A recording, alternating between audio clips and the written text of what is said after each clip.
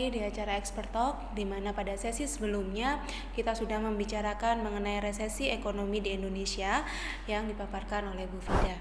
Nah, pada kesempatan kali ini saya ingin mencoba untuk memanfaatkan tentang pajak. Apa itu pajak? Historinya seperti apa?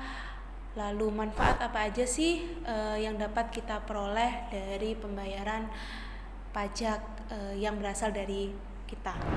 Oke, pajak merupakan salah satu komponen penting suatu bangsa, termasuk bangsa Indonesia. Bangsa Indonesia sendiri telah mengenal pajak jauh sebelum bangsa dijajah oleh negara Eropa maupun Jepang, yaitu sekitar tahun 1816. Dahulu, pajak dikenal sebagai pungutan. Pungutan dan pajak memiliki sifat yang sama, yaitu memaksa. Untuk pungutan sendiri itu merupakan suatu persembahan yang diberikan kepada raja, baik berupa harta maupun benda yang dimiliki oleh individu tersebut. Hal ini dikarenakan pada zaman tersebut raja dianggap sebagai wakil Tuhan dan mampu mempengaruhi kehidupan pribadi mereka. Sedangkan pajak tidak demikian. Sifat memaksa dari pajak itu sendiri telah diatur dalam undang-undang, yaitu pasal 23A tahun 1940 yang berbunyi, pajak dan pungutan-pungutan lain yang bersifat memaksa telah diatur di dalam undang-undang. Pajak pada dasarnya memiliki beberapa manfaat. Yang pertama, untuk memfasilitasi fasilitas umum masyarakat, seperti contohnya jembatan, sekolah, jalan, lingkungan, bahkan pembangunan jalan tol. Selain itu, dari pembayaran pajak yang kita berikan kepada negara, itu pun mampu untuk memberikan subsidi kepada masyarakat, seperti subsidi bahan bakar maupun subsidi listrik. Dan akhir-akhir ini, seperti yang kita ketahui, pemerintah juga mulai memberikan subsidi dalam bentuk BLT atau bantuan langsung tunai yang notabene juga berasal dari pembayaran pajak kita. Akan tetapi, di awal tahun 2023, sejumlah wajib pajak orang pribadi justru menyatakan bahwa mereka ogah untuk bayar pajak. Padahal pada dasarnya pajak adalah suatu kewajiban yang harus kita lakukan. Hal ini terjadi karena buntut kasus dari Rafael Alun Trisambodo. Rafael Alun Trisambodo merupakan seorang pegawai negeri sipil di lingkungan Direktorat Jenderal Pajak, di mana dia terseret kasus penganiayaan anaknya, yaitu Mario Dendi, umur 20 tahun terhadap David 17 tahun, yaitu anak dari petinggi GP Ansor. Dari penganiayaan ini mengakibatkan saudara David koma dan sampai saat ini masih dirawat di rumah sakit. Penganiayaan yang cukup viral di media sosial menjadikan Rafael Alun ikut terseret di dalamnya.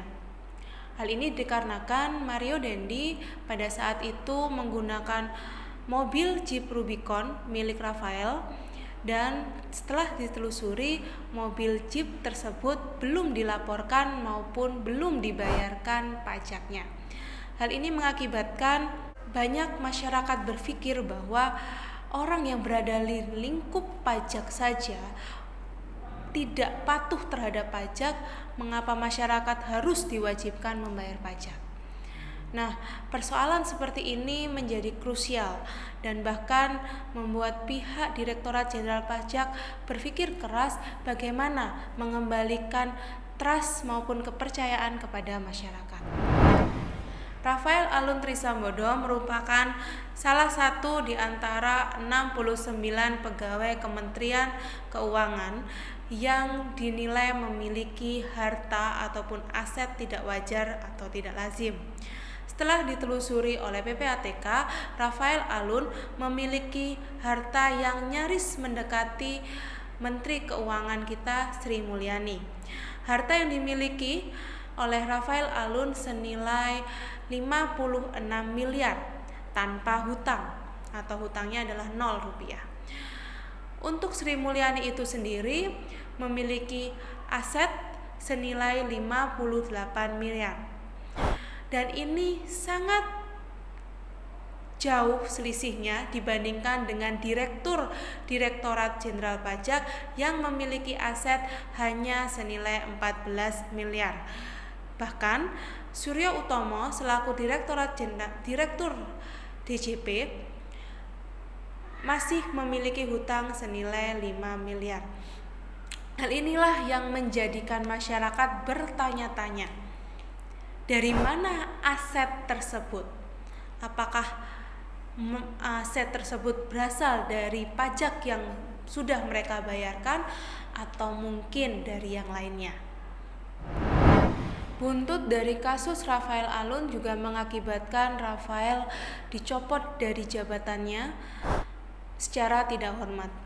Dan terbukti bahwa Rafael pun selain tidak patuh terhadap pajak dan tidak membayarkan sejumlah harta benda yang dimilikinya, ternyata dia juga terbukti melakukan pelanggaran integritas, di mana pelanggaran tersebut meliputi yang pertama, penyalahgunaan laporan keuangan, kedua, tidak patuh terhadap pajak, ketiga, terlibat dalam pencucian uang yang melibatkan 6 perusahaan dan 1 konsultan pajak, dan yang keempat, ditemukan safety box yang senilai 30 juta miliar dalam bentuk uang pecahan mata uang asing US dollar, Amerika dan Singapura yang diduga sebagai hasil suap. Dikarenakan Rafael telah melakukan banyak pelanggaran integritas, hal ini juga membuat kepercayaan masyarakat terhadap negara pun berkurang. Dalam arti, kemana uang dari setoran pajak yang selama ini mereka berikan? Apakah benar uang tersebut digunakan untuk pembangunan negara? Apakah benar uang tersebut digunakan untuk masyarakat, untuk memberikan subsidi dan lain sebagainya? Maka dari itu, Surya Utomo selaku Direktorat Jenderal Pajak memutuskan untuk segera melakukan tindakan yang mampu untuk menutup celah dengan cara mengimplementasikan secara penuh sistem administrasi perpajakan, yaitu Core Tax Administration System atau CTAS pada tahun 2024. Untuk saat ini memang masih belum bisa diimplementasikan secara penuh. Kenapa? Karena sebelumnya Surya Utomo menganggap bahwa pelaporan pajak tidak terjadi masalah seperti tahun sebelumnya. Akan tetapi buntut dari adanya kasus ini membuat Surya Utomo berpikir ulang untuk segera mengimplementasikan sistem tersebut. Dengan sistem CTAS, maka pelayanan wajib pajak akan bergeser dari manual menjadi otomatis berbasis teknologi. Dengan ini, maka dapat mengurangi interaksi antara wajib pajak dan petugas pajak. Hal ini sesuai dengan filsafat pajak di mana taxation without representative is robbery, yaitu proses pemungutan pajak tidak akan merepotkan maupun memberatkan masyarakat.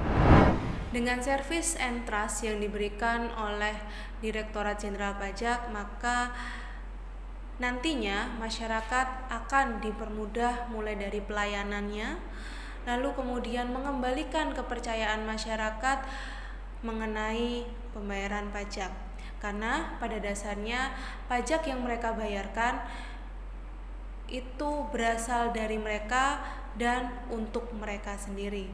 So, jangan sampai terhasut atau terpengaruh dari kasus-kasus seperti Rafael Alun Trisambodo, karena kasus-kasus tersebut nantinya akan diusut lebih dalam lagi oleh pihak-pihak yang berkepentingan di dalamnya. Kita sebagai warga Indonesia yang baik sudah sepatutnya untuk tetap patuh dan taat terhadap pajak. Jangan sampai terpengaruh dari kasus-kasus ataupun berita-berita yang viral di media sosial, karena pada dasarnya belum tentu semua itu benar. dan yakinlah bahwa apa yang sudah kita berikan kepada negara itu akan berbalik juga kepada kita. Oke, mungkin seperti itu yang bisa saya sampaikan. Kita nantikan di sesi berikutnya. Terima kasih.